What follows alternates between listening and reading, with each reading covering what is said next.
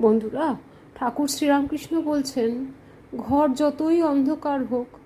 একটি দেশলাই কাঠির আলোকেই সে আলোকিত হয়ে উঠতে পারে। সেই দেশলাই কাঠিটি জ্বালাতে হবে, সেইটি জ্বালাবার দায়িত্ব আমাদের সবাইকে নিতে হবে, যাতে তিলোত্তমা তিলোত্তম সবাই সুস্থভাবে নিঃশ্বাস নিয়ে প্রাণ ভরে বাঁচতে পারে এবং তাদের যে কাজগুলি সোসাইটিকে যার যা দেবার আছে সেগুলি নির্ভয় দিতে পারে এবং মানুষও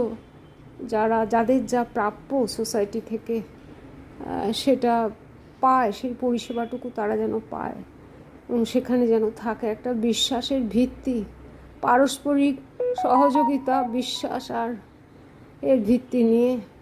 পশ্চিমবঙ্গ আবার এগিয়ে যাক, এই প্রার্থনাই করি।